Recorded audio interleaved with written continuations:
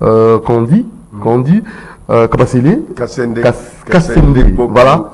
Voilà, avec lui, nous allons parler un peu de ces problèmes de l'incendie au niveau de l'entrée de Guinée rond-point Ngaba.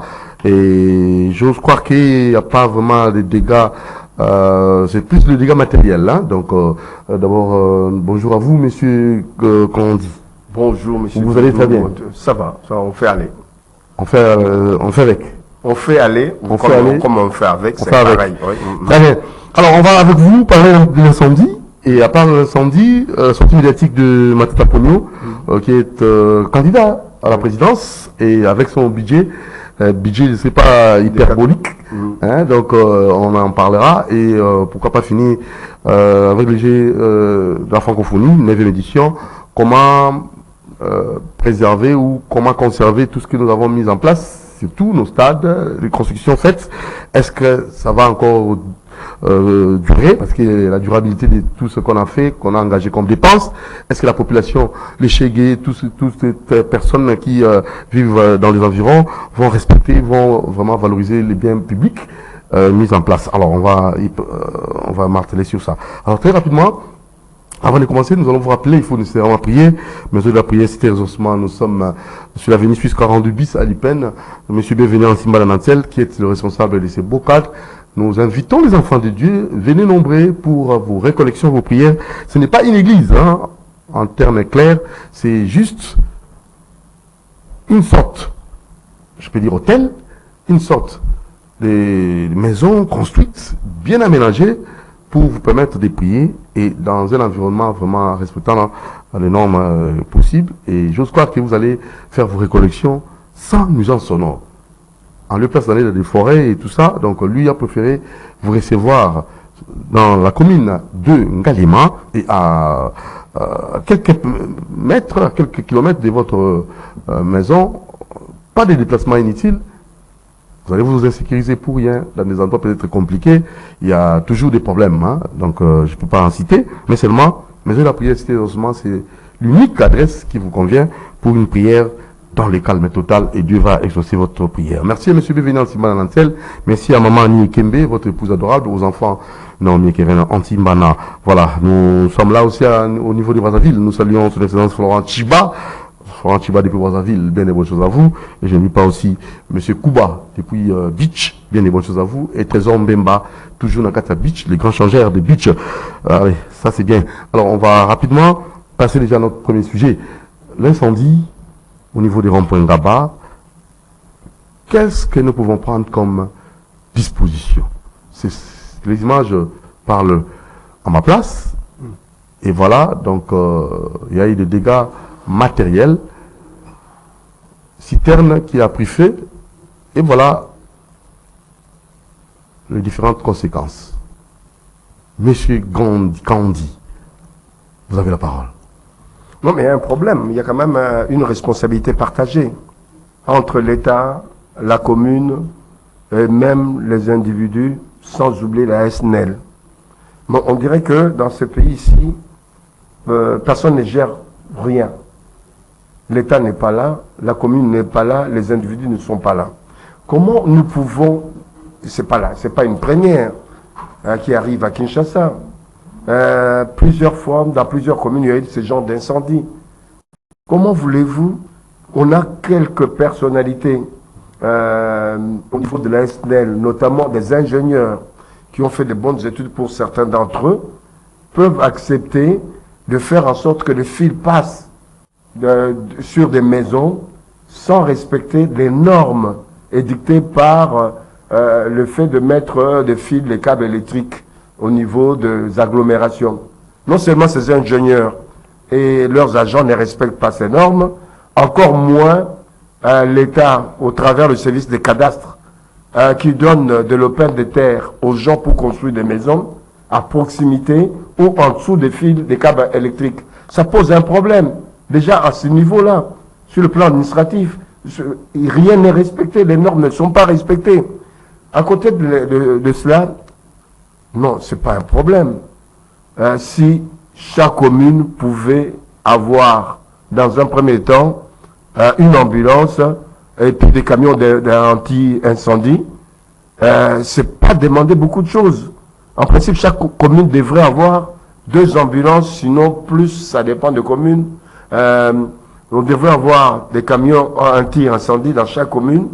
Mais on arrive à donner gratuitement 500, voire même 600, s'il faut compter aussi le Sénat, des voitures qui coûtent dans les 40, 50 000 dollars aux députés, aux sénateurs. On n'est pas foutu. On n'est pas à même, on n'est pas capable de pouvoir acheter ce qui est nécessaire pour nos populations. Les camions anti-incendie, des ambulances. Et puis de l'autre côté, on a SNEL qui a à ses côtés des techniciens, des ingénieurs, qui nous font n'importe quoi. Allez voir comment les fils s'entrelacent, comment les fils passent même dans certaines parcelles, en toute impunité. Et ce n'est pas normal. Moi, je serais la société civile, au lieu de s'occuper de la politique, devrait s'occuper des problèmes de société. La société civile devrait prendre à bras le corps ces genres de situations, ces genres d'incidents, et porter plainte. Il y a pas, la société civile ne joue pas son rôle, ça pose un problème. Les bourgmestres sont là, représentants du gouverneur, représentants du chef de l'État dans leurs communes respectives, ils ne font rien. Moi, je dis, ça pose un problème dans ce pays. Tant qu'on continuera à jouer ainsi, à ne pas respecter les choses, à ne pas respecter les normes, à ne pas respecter nos populations, moi je dis on peut beau organiser des élections, même si c'est fiable, mais il n'y aura pas de développement. Voilà, nous avons la réaction du vice-gouverneur de la ville-province de Kinshasa, Jekoko, qui a réagi juste après ces incidents. Donc, suivons ça. Jekoko. Il y a des camions incendies qui sont allés s'y ravitailler. Ils ont fait plusieurs tours. Ça, vous voyez, il n'y a plus rien. Ça a commencé depuis 2 heures du matin. Les camions ont fait plusieurs tours pour éteindre ces faits bec et ongle. Donc d'abord, là, je profite directement de l'occasion pour féliciter notre police, la police congolaise, les commandants d'ici de Mwamba, et de féliciter nos sapeurs-pompiers qui sont là depuis 2 heures du matin. Je suis arrivé ici aux alentours de 5 heures du matin. Je nous ai trouvés à l'œuvre en train de se battre bec et ongle pour remettre la paix dans ce cas. Est-ce qu'il y a des victimes en termes de victimes? Si, il y avait 2, mais là je viens d'être informé par nos services et c'est arrivé à 5. Nous avons 5 cas de décès, ce qui est vraiment déplorable. Monsieur le gouverneur, cet incendie a eu lieu exactement quelle heure selon les informations selon votre les possession? informations à ma possession, c'est aux alentours de 2h15 de ce matin. Et ce camion provenait du Bas-Congo, rempli de gazoil. Heureusement que c'était du gazoil, si c'était de l'essence, on parlerait d'autres services. Merci. C'est moi qui vous remercie. Merci.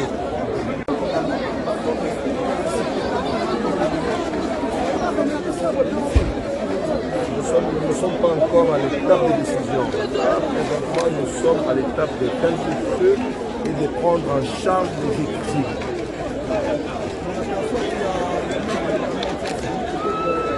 Alors, il y a des camions incendies qui sont allés s'y ravitailler. Ils ont fait plusieurs tours. Ça, vous voyez, il n'y a plus rien. Ça a commencé depuis 2 heures du matin.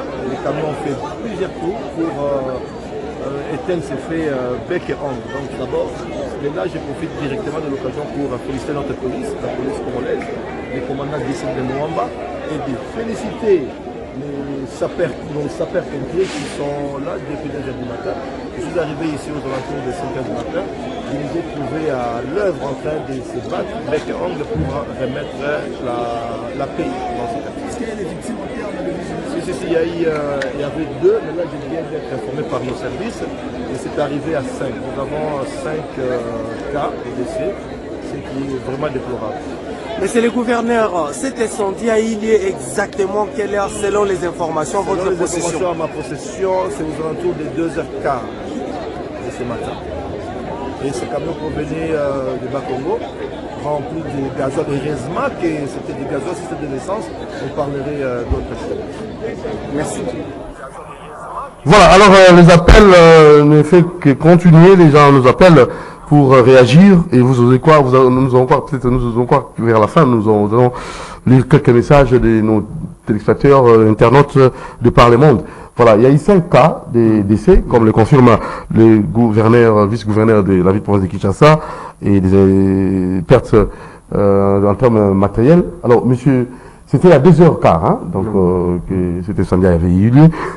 Vous réagissez comment? Alors, on doit faire quoi? La camion, la citerne, par moment, on va passer, est-ce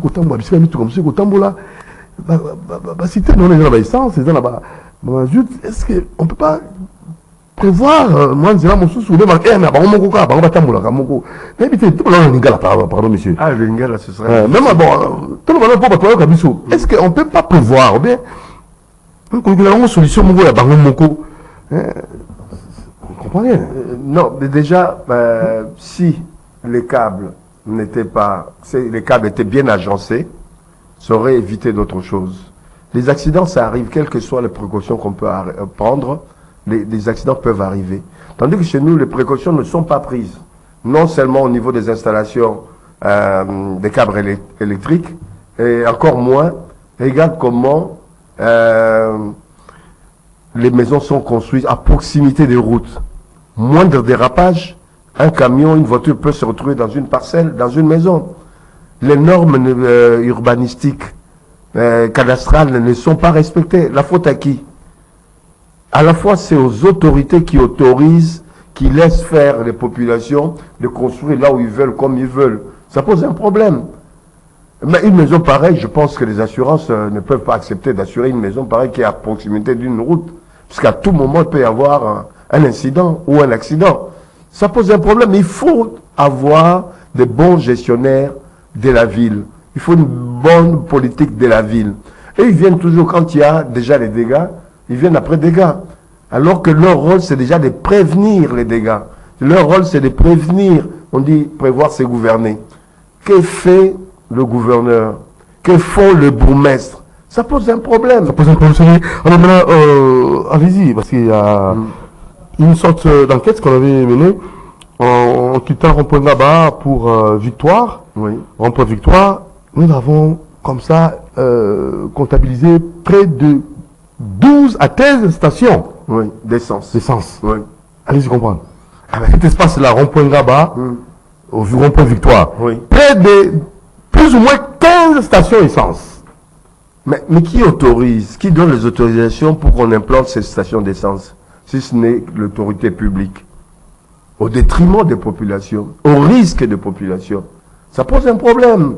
Choisissons des bons gouvernants, des gens qui sachent respecter ou qui fassent respecter les lois, les règles des droits édictés dans le domaine respectif ou des installations de câbles électriques ou des installations ou de construction des stations d'essence, etc. On dirait que ces pays où ces communes ne sont pas gouvernées. Qui gouverne la ville de Kinshasa?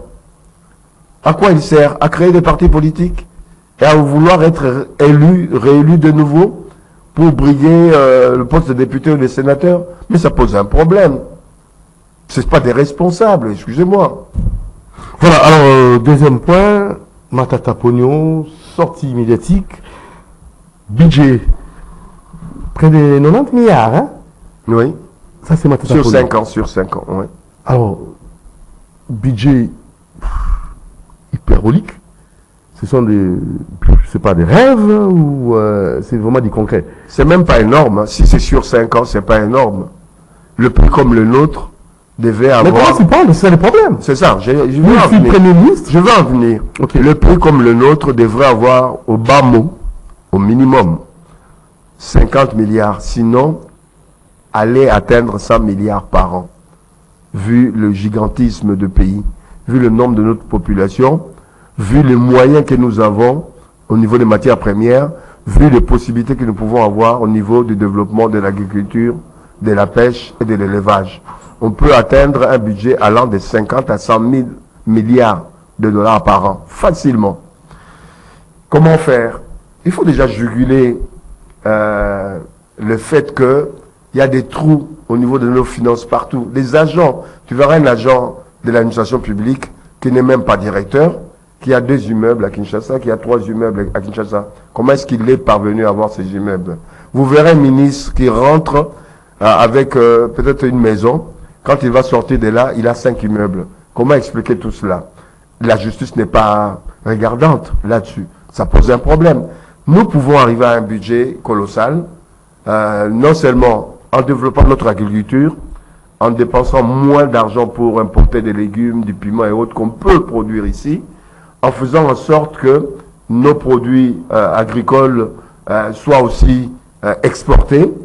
Léopold II, je rappelle l'histoire, avant qu'on arrive à construire des industries minières, on a commencé par développer l'agriculture, notamment de l'EVA à l'équateur, Maïndombe, etc. L'huile de palme, etc. C'est l'agriculture qui a donné les moyens financiers pour pouvoir mettre en place l'industrie minière. Comment est-ce que nous avons tourné le dos à l'agriculture, à l'industrie agricole, pour nous adonner simplement aux minerais? Ça pose un problème. Je vais vous dire, il y a un impôt que tout le monde paye, puisque la majorité des Congolais ne payent pas d'impôt. Mais il y a un impôt que tout le monde paye, même le plus pauvre des pauvres paye ces impôts-là, ces impôts indirects qu'on appelle la TVA. Quand vous allez dans un supermarché, même au marché, acheter des légumes, vous allez acheter quel que soit le produit, en principe, l'État doit percevoir des taxes dans tout ce qui touche le commerce, quel que soit le produit. Ces taxes-là doivent être versées au niveau des services de l'État, la DGI, Direction Générale des Impôts. Mais on devrait, il était même question, on avait même pris la décision sur le plan gouvernemental, qu'on mette en place les caisses enregistreuses. Quand vous allez chez les Indiens, Libanais ou autres Congolais, vous achetez un produit, dès qu'on met $5, tu as acheté un produit, la TVA est totalement récupérée. Dès l'instant qu'on tape sur la machine là, la DGI, qui est la Direction Générale des Impôts, est au courant que M. X a acheté tel produit et dans les $5 là, l'État doit percevoir 50 cents directement. Ça peut rapporter à l'État, au bas mot, presque l'équivalent du budget que nous avons aujourd'hui. Presque l'équivalent du budget que nous avons aujourd'hui. Pourquoi on ne le fait pas? On suppose qu'il y a une mafia là-dessus. Au lieu que ces Indiens, ces Libanais et autres puissent verser cet argent à l'État, ils versent un forfait qu'eux-mêmes comptabilisent à leur manière. Et l'État n'est pas regardant, ça pose un problème. Il est possible qu'on ait ce budget de 90 000 milliards, mais pas sur 5 ans, mais même dans une année, entre 50 et 100 milliards de dollars, on peut. Mais, je vous ai dit, en partie, il y a encore d'autres possibilités de pouvoir faire en sorte que le budget augmente. Si on réduit le train de vie du gouvernement au niveau de son fonctionnement, si on réduit le nombre de ministres, si on réduit le nombre de députés, si on supprime le Sénat, mais on va engranger des moyens qui peuvent nous permettre d'investir dans certains domaines productifs. On peut avoir beaucoup d'argent, on peut arriver même au bout de 5 ans, si on travaille bien, de payer un minimum, de donner un minimum de revenus aux chômeurs, même de $50, sinon de $100. Comment est-ce que le Botswana fait que un député touche $1 800, un enseignant $1 300, les étudiants ont en moyenne ou au minimum $150. Ils ont que du diamant. Mais nous avons beaucoup de richesses, non seulement sur le plan agricole, mais sur le plan minier. Qu'est-ce qui fait qu'on est dans l'incapacité même de payer un commis de l'État à $500? Ça pose un problème. Donc, il y a toute une mafia qui fait qu'il y en a qui engrangent, qui ont toutes les richesses du pays, et d'autres, ils sont là à souffrir, à croupir dans la misère. Voilà la situation. Je ne pense pas que Matata soit un exemple, soit celui qui peut mener une politique que nous amener à ce genre de richesses. Matata doit à la République. Matata a eu plus de 10 projets financés. Le cas de Bukangalonzo, tout le monde connaît. Les cas des 1000 écoles qui devaient construire chaque année, ça n'a pas été fait. Les cas des stades qu'on devait construire partout, dans toutes les communes, non seulement à Kinshasa, en province. Il y a plusieurs cas où il y a eu financement, mais on ne sait pas par où est passé cet argent de l'État. Donc le même qui doit rendre compte au gouvernement, qui doit rendre compte aux populations, veut devenir président de la République. Pourquoi faire? Pour encore tout contrôler et nous mettre tout le pognon dans sa poche, puisque en français on appelle de l'argent aussi pognon. Comme lui s'appelle Batata Pognon, il va récupérer tout le pognon de la République et puis on n'aura nos yeux que pour pleurer. Non, arrêtons de blaguer. Il y a d'autres candidats qui peuvent être beaucoup plus des candidats responsables qui n'ont pas des cadavres dans leur placard. Voilà, alors J'ai de la francophonie, clôture, ça c'est bien. La RDC, près de 34 médailles, 5 en or, 11 en argent et 18 en bronze. Et c'est le Maroc qui en avait 58. Hein. Ouais. Donc nous avons vraiment fait des exploits, mais seulement tout ça. Comment conserver, comment protéger tout ce qu'on a mis à la disposition de nos sportifs.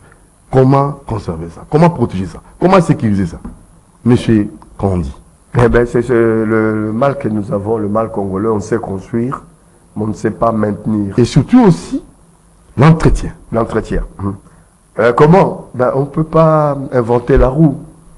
Les techniques existent, il y a des pays qui gèrent au mieux les installations publiques. Comment est-ce qu'on gère mieux les installations de la présidence? Comment est-ce qu'on gère bien les installations du Parlement? Etc., etc.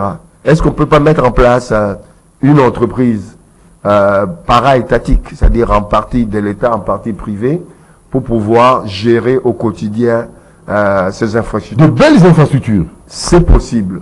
C'est possible. Il faut qu'il y ait un comité qui s'arrange pour pouvoir voir comment organiser. Mais parmi ces gens-là qui doivent réfléchir, il faut qu'il y ait aussi des représentants des entreprises qui ont construit ces infrastructures, qui ont la technicité, qui peuvent aussi donner des conseils, voire même des agents qui soient à même de pouvoir prolonger la vie de ces installations. C'est possible. Il faut simplement de la volonté et mettre des moyens. Et on arrivera. Très bien. Alors, nous sommes arrivés au terme. Une proposition peut-être de votre part pour tous ceux qui seront candidats et nos électeurs aussi, ceux qui vont élire, élire. Dites peut-être un petit conseil que vous allez les prodiguer, je ne sais pas. Les prodiguer, je ne sais pas si vous avez peut-être un mot. Disons, il est difficile de prodiguer des conseils parce que c'est difficile. Je sais que la majorité des Congolais vont voter au flair, c'est-à-dire au sentiment soit d'appartenance tribale, soit d'appartenance du fait du quartier, soit etc., etc. Mais la majorité, c'est au flair. Ta tête plaît ou ton slogan plaît, on peut te voter. Mais c'est difficile de comprendre. On n'a pas les structures pour pouvoir faire en sorte qu'il y ait confrontation des candidats. On peut juger par rapport aux partis politiques, puisque tel parti est au pouvoir ou est au pouvoir, a fait des bonnes ou de mauvaises choses. Là, on peut. Mais ceux qui ne sont pas liés à un parti, les indépendants par exemple, c'est difficile de pouvoir les juger. Donc, c'est au flair que les gens vont voter, au flair dans la majorité des cas. Sinon, côté contenance régionale ou alors partisane du parti, etc. Donc, c'est ce qui fausse le tour, en fait. Donc, il fallait juger les gens sur la longue durée. Comme vous, on va vous juger par rapport à ce que vous faites au niveau de la radio et de la télévision ici. Ça, on peut vous les juger. On peut vous juger aussi par rapport à ce que vous faites dans les associations qu'il y a à Mongafula. Là, c'est possible. Mais dans la grande majorité, c'est difficile de savoir qui est qui et qui peut faire quoi. Alors, pour conclure, ouais, pour conclure, moi j'ai dit votez celui que vous pensez, puisque la morphologie aussi peut faire qu'on juge quelqu'un. Il suffit seulement de regarder votre tête pour savoir, pour ceux qui ont cet instinct ou qui ont appris cette technique-là, on peut par votre graphologie dire celui-là, c'est un couillon. Il va nous tourner le dos une fois élu, ou celui-là, il a l'air affable, proche des gens, il peut faire des choses, des bonnes choses, et il est capable de pouvoir s'oublier pour le bien public. Puisque quand on vient aux élections, quel que soit le niveau, que ce soit les conseils municipaux, les députés ou à un autre niveau des sénatoriales, mais il faut venir là pas pour gagner de l'argent, il faut venir là pour rendre service aux populations. Il faut l'esprit d'abnégation. Mais il s'avère que beaucoup de gens viennent, vous verrez d'ailleurs qu'il y aura plus de candidats que par rapport aux élections passées. Pourquoi? Puisque tout le monde a suivi. Il y a eu une communication qui était positive pour faire comprendre aux gens que les députés touchent beaucoup, mais maintenant c'est devenu négatif. Cette communication a fait que dans les élections passées, à l'époque de Kabila, on a eu 15 000 candidats pour la députation nationale. Aujourd'hui, on est autour de 25 000. On risque d'être au-delà de 30 000 candidats pour les élections de la députation nationale. Tout le monde va là-bas pour rendre service à l'État, à la nation, au peuple. Je ne pense pas. Il faut le réduire, les émoluments des députés. Si ça s'est réduit à 2000 ou 3000 Ça va dollars, décourager tout le monde. ça va décourager beaucoup de gens. Merci M. Kondi, merci beaucoup. Il est politologue, internationaliste Oui. et peut-être prochainement journaliste aussi des formations. On va toujours vous faire appel. pour Merci d'autres à vous, sujets intéressants. merci à votre radio et télévision et à toute votre équipe technique. Je vois comment ils travaillent dans Nous, la Apezo, délégation. Moron Djambe, Alain Ouais. Kabongo, Bruno Dans la Zinga, délégation, Banjo Christi. ils viennent pas pour gagner des milliers. Ils aiment ce qu'ils d'argent, font. mais ils aiment ce qu'ils font.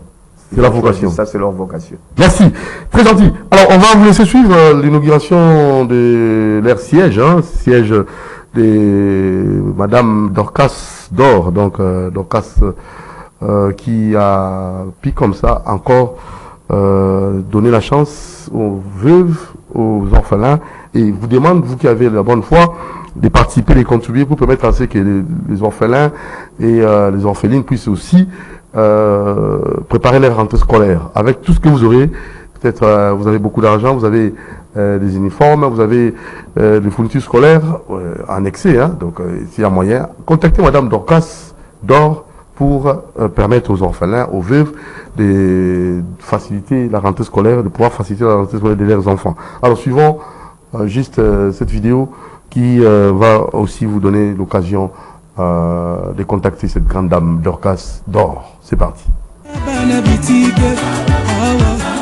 ndeko ya Congo Kinshasa, Congo Brazzaville, beba diaspora ya mokili mobimba boyoka lisolo ya malamu na memeli bino. Madame Dorcas Nzumba Muteba, présidente ya ONG Action Plus, na mwa muke oyo nkolo apesi ye mpona kosunga baorphelin bazonga kelasi malamu. A lancé appel na baye nyonso tu oyo balingaka nde kosunga baorphelin. Occasion yangoyo epesameli bino. Zongisa orphelin classe na sac, bic, cahier, uniforme pe sketch to biloko ya ndenge na ndenge. Madame Dorcas Nzumba Muteba lobi mosapi moko esokolaka elongi te o. Remise ya baobjet classique epai ya baorphelin ekosalama bongo mokolo le 3 septembre 2023 na ngonga ya 13h. Ndeko nyonso ya bonne foi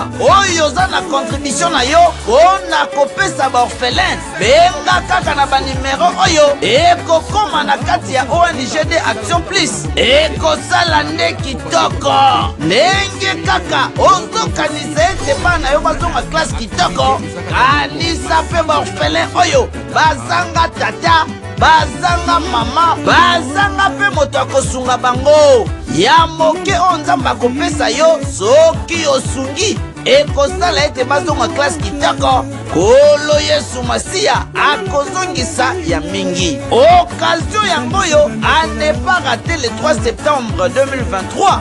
Zongisa orphelin classe et c'est loco. Salisa bana bitige awa sunga bana Congo. Voilà, Zongisa orphelin classe, Zongisa Mona Zangi Makoki Kelasi, vous allez appeler, vous allez contacter les deux numéros affichés au bas de votre écran. Vous avez suivi les spots et Maman Dorcas Magui Nzumba qui est la présidente de l'ONG Action Plus, alors permettre à ce que Banaona Bazoa, moi les coquilles. Donc Castor, courage et contribuer, faciliter, donner la chance à ces enfants de pouvoir étudier. Merci à tous ceux qui nous ont suivis, merci à toute l'équipe. Doudou Moti vous dit merci et à la prochaine occasion. Et surtout, appelez, abonnez-vous et partagez cette vidéo pour permettre à toute la population de pouvoir s'informer. Ciao.